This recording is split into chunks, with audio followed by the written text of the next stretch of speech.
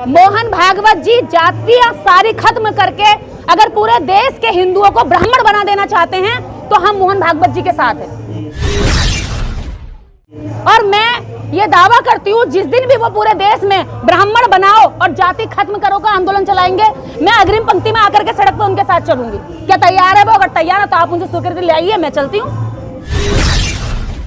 तो मोहन भागवत जी पता क्यों नहीं रहे? वो स्वार्थी पंडित कौन है? वो स्वार्थी पंडित इस देश के अंदर अगर हैं, देश का नाश किया है तो उनको सजा मिलनी चाहिए। लाइए सामने, हम भी साथ हैं। मोहन भागवत जी क्यों नहीं बताते कि वो कौन स्वार्थी लोग हैं? मोहन भागवत जी क्यों नहीं बताते कि आरएसएस के अंदर क्या सिखाया जाता है? क्यों नहीं बताते मोहन भागवत जी के आरएसएस की गुप्त शाखाएं लगती है तो उसमें केवल चितपावन ब्राह्मण ही बैठता और एससी, ओबीसी, शूद्र और वैश्य, क्षत्रिय इस तरह की जातियां क्यों उसमें नहीं बैठती हैं? क्यों नहीं बैठती इनकी गुप्त मीटिंगों में? मुझे बताइए। अगर वो हिंदू राष्ट्र की बात कर रहे हैं तो समझ जातियों के लोग क्यों नहीं बैठाते? हमें इनसे कोई दिक्कत नहीं है, हमने इनके खिलाफ कोई धर्म ग्रंथ नहीं लिखा। दिक्कत इनको है हमसे। ये हमारे खिलाफ धर्म ग्रंथ लिखते हैं, हमारे खिलाफ गालियां देते हैं, आरक्षण से आया हुआ कहते हैं, संविधान में कमियां निकालते हैं, डॉक्टर अंबेडकर को जाति के आधार पर उनके ज्ञान का आकलन करते हैं, उनको दलितों का नेता बताते हैं, जबकि पूरे राष्ट्र और पूरे विश्व का एक ऐसी महान शख्सियत बुद्धा से ये नफरत करते हैं क्योंकि बुद्ध विचार की बात करता है, पाखंड और आडंबर को नकारता है। तो हम कहाँ इनसे नफरत करते हैं? को हिंदू राष्ट्र बनाने के लिए लगे हुए हैं, आप एक बौद्ध विहार को बचाने में लगे हुए हैं। देखिए, हम मानवतावादी लोग हैं, हम अनर्गल बयानबाजी नहीं करते हैं और ना ही संविधान के खिलाफ किसी भी तरह का बयान करते हैं। उनको ना तो संविधान की परवाह है ना देश की जनता की परवाह है। हम देश को जनता में ध्यान में रखकर और संविधान के तहत अपने बयान देते हैं और तथ्य आधारित बातें करते हैं। वो हिंदू राष्ट्र की बात करते हैं। अगर वो हिंदू राष्ट्र की बात करते तो पहले एक हिंदू गाँव, हिंदू शहर, हिंदू एक भी कस्बा बना के दिखा दे। सनातन राष्ट्र बना रहे हैं, सनातन को बचा रहे हैं। हाँ नहीं, जब आप सनातन पे बात कर, वो हिंदू पे बात करेंगे तो वो सनातन पे चले जाते हैं। हिंदू फारसियों द्वारा दी गई गाली है और ब्राह्मण इसीलिए खुद को हिंदू नहीं कहते हैं, वो खुद को कहते हैं कि हम ब्राह्मण हैं, हम पुजारी हैं, हम ब्राह्मण हैं और श्रेष्ठ हैं। क्योंकि जब हम खुद को हिंदू कहते हैं तब हम गुलाम बन जाते हैं। गुलाम किसके? मुगलों के। तो हम मुगलों के गुलाम नहीं, आज आजाद भारत में रहते हैं, हम हिंदू कैसे हो चुके? तो हम हिंदू नहीं है, पहली चीज। दूसरा, अगर हमें छल कपट और बल के साथ जबरदस्ती आज अज्ञानी और अशिक्षित जनता को गुमराह करने का प्रयास किया जा रहा है तो ये इन लोगों का शातिराना खेल है, जिसको अब शिक्षित लोग पढ़ते उतार करके समाज को बता रहे हैं कि ये झूठ है, जिसके चक्कर में फंसकर आपका शिक्षा, आपका स्वास्थ्य और आपका रोजगार सब कुछ छीना जा रहा है। आज हमसे बुद्ध विहार छीना जा रहा है। कहाँ छीना जा रहा है? आपने पैसा बकाया नहीं दिया सरकार को। देखिए, इस देश के अंदर पूरे भारत में रेलवे लाइनें तक, रेलवे लाइनों की पटरियां तक मोड़ दी जाती है एक मंदिर, एक मटकी वजह से। एक झोला छाप अगर छोटा सा कोई मंदिर, कोई बाबा ढोंगी भी होगा तो उसके मठ के लिए भी रेलवे तक की लाइनें हमने भारत में मुड़ती हुई देखी है। दरगाह के लिए भी तो, दरगाह को क्यों? दरगाह के लिए भी, मस्जिद के लिए भी हमने देखा है, मस्जिदों तक के लिए रास्ते मुड़ जाते हैं। हर धर्म के लिए मुड़ सकता है तो बुद्ध के लिए क्यों नहीं? जिस बुद्ध से पूरे भारत को विश्व गुरु बनने का मौका मिला, आज उस बुद्ध के नाम से बना एक बुद्ध विहार अगर सरकार को नहीं पच रहा है, सरकार अगर सम्मान करती है बुद्ध का और भारत से बाहर जाती है तो बुद्धा की स्टैचू लेकर कहते हैं कि हम बुद्ध के भारत से आए हैं, और उसी बुद्ध के भारत में एक बुद्ध विहार के लिए क्या सरकार 4 करोड़ या 3 करोड़ या 2 करोड़ रुपए को छोड़ नहीं सकती है? मंदिरों को छोड़ती है, करोड़ों की जमीन, मठों को छोड़ती है और मंदिरों को अनुदान देती है। यहाँ तक कि थानों में मंदिर बना रखे हैं, सड़कों पे मंदिर बना रखे हैं। यहीं से आप मेरे साथ चलिए, 20 कदम की दूरी पर सड़क घेर रखी है पूरी, और ये पूरी अथॉरिटी की ही जमीन है। इस पर कार्रवाई कभी नहीं हुई आज तक, और वहाँ बैठा है आराम से, वहाँ देने वाले भी लोग रोज पैसा देने जाते हैं। यहाँ पर लोगों ने अपनी मेहनत से 1-1 रुपये इकट्ठा करके ईंट बनाई, तो ये बर्दाश्त नहीं हो रहा, क्योंकि इन्हें पता है कि यहाँ पर बैठने वाले लोग देश के मुख्य मुद्दों पर चर्चा करते हैं, विज्ञान की बात करते हैं, पाखंड या अंधविश्वास की बात नहीं करते। मोदी जी तो कहते हैं मैं बुद्ध के देश से आया हूँ। तो बुद्ध के देश से जाने वाले मोदी जी से हम अपील करते हैं कि आपके ही देश में, आपकी सरकार में, आपके ही मुख्यमंत्री बुद्ध की धरती पर बुद्ध के एक बुद्ध विहार को तोड़ने के लिए नोटिस दे रहे हैं और यहाँ पर कुछ अनुयायी बचाने के लिए जोर लगा रहे हैं। हमारा साथ दीजिए, क्योंकि आप भी बुद्ध की धरती से और हम भी बुद्ध की धरती से, हम उनको बचा रहे हैं उस विरासत को। जब देश हिंदू राष्ट्र बनने की तरफ बढ़ रहा है, तेजी से संत कह रहे हैं सब हिंदू राष्ट्र होने वाला देश, तो फिर क्यों बुद्ध की शरण में जा रहे हैं? आप भी हिंदू बनिए ना। देखिए, हम हिंदू बन के कहाँ रहेंगे? क्या हम ब्राह्मण हो सकते हैं? जब भारत के अंदर, मैं अभी आपको व्याख्या बता चुकी हूँ कि हिंदू गुलाम शब्द का मतलब है, हिंदू का मतलब गुलाम है। और हम गुलाम क्यों बने? आज डॉक्टर अंबेडकर ने इतनी मेहनत, इतनी मशक्कत, इतना श्रम और 4 बच्चों की कुर्बानी इसलिए दी थी कि फिर से गुलाम बने रहे। पहले हम अंग्रेजों के गुलाम, फिर इन हिंदूवादी शब्दों के गुलाम, और आज शिक्षित होने के बाद भी अगर हम हिंदू शब्द के गुलाम हैं तो इसका मतलब यह है कि हम बाबा साहब अम्बेडकर को भी पढ़े ही नहीं है।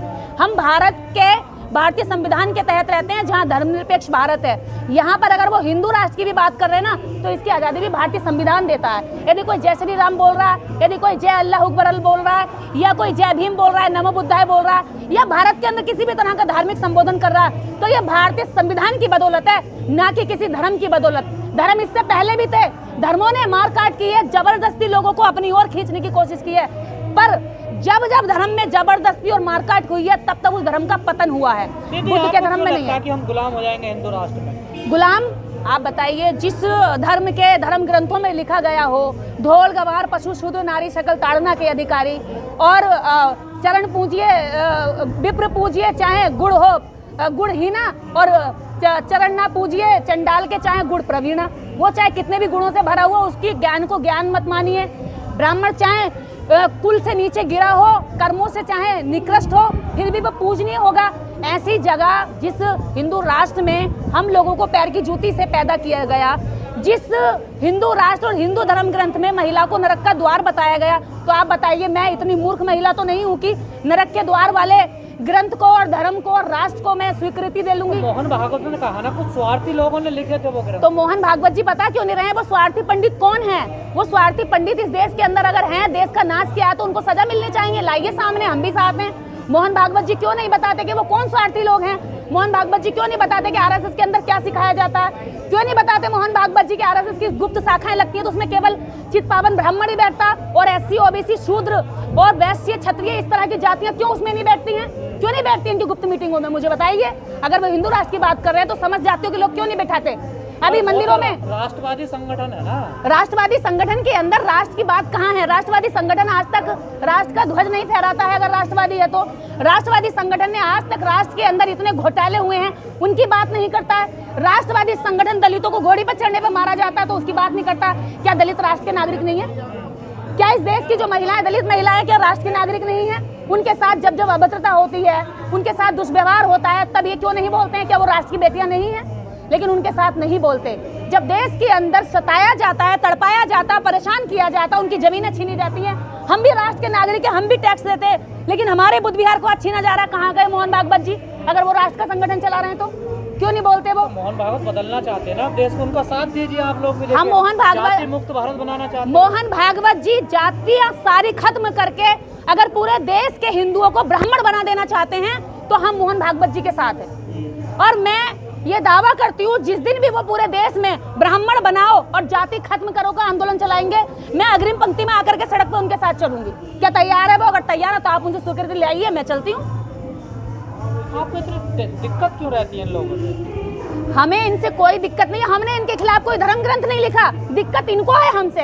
ये हमारे खिलाफ धर्म ग्रंथ लिखते हैं, हमारे खिलाफ गालियां देते हैं, आरक्षण से आया हुआ कहते हैं, संविधान में कमियां निकालते हैं, डॉक्टर अंबेडकर को जाति के आधार पर उनके ज्ञान का आकलन करते हैं, उनको दलितों का नेता बताते हैं, जबकि पूरे राष्ट्र और पूरे विश्व का एक ऐसी महान शख्सियत बुद्धा से ये नफरत करते हैं क्योंकि बुद्ध विचार की बात करता है, पाखंड और आडंबर को नकारता है। तो हम कहाँ इनसे नफरत करते हैं? हम क्या दिक्कत कर रहे हैं? विरोध करते हैं वो बुद्ध का दुनिया में प्रचार मोदी जी कर रहे हैं, बाबा साहब की जयंती धूमधाम से आपने बीजेपी मना रही है। मूर्तियां सर पे रख लो और विचार जूतियों में रख लो।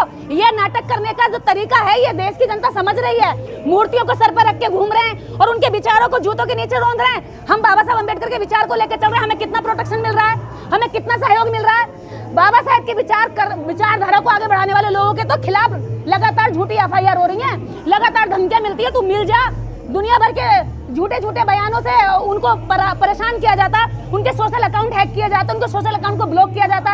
अगर मोदी जी भी बुद्ध को मानते और हम भी बुद्ध को मानते हैं, वो भी बाबा साहब की जयंती मनाते हैं, हम भी जयंती मनाते हैं, तो जब गरीब गुरबा ईमानदारी से जयंती मनाते हैं गाँव गाँव में, तो फिर ये लोग उस समय पर परमिशन क्यों नहीं देते? उन पर लाठियां क्यों भांजी जाती हैं? तो कानून व्यवस्था की बात होती है ना। देखिए इस देश में इतनी सारी रैलियां धार्मिक निकलती हैं, किसी भी धार्मिक रैली को देखिए कभी भी प्रशासन से अनुमति लेने की जरूरत नहीं पड़ी, लेकिन फिर भी डॉक्टर अंबेडकर के अनुयायी हमेशा परमिशन के तहत कार्यक्रम करते हैं। उसके बावजूद भी उनको बताया जाता है, जिनके बाप ने संविधान लिखकर पूरे देश को चलने के लिए पूरे भारत में एक कानून को व्यवस्थित किया, पूरे भारत को अखंड बनाया और पूरी दुनिया में यह बताया कि लोकतंत्र सबसे अच्छा तंत्र है जिसमें जनता को आगे आने का मौका मिलता है, गरीब को भी आगे आने का मौका मिलता है। उसी डॉक्टर अंबेडकर की संतानें जब परमिशन लेने जाती है तो उनको कानून बताया जाता है, दुनिया भर की अटरम पटरम बताए जाते हैं, उनको अज्ञानी समझ करके भगा दिया जाता है। 4 बातें उनके पक्ष में न करके 50 बातें उनके खिलाफ में लिखी जाती है।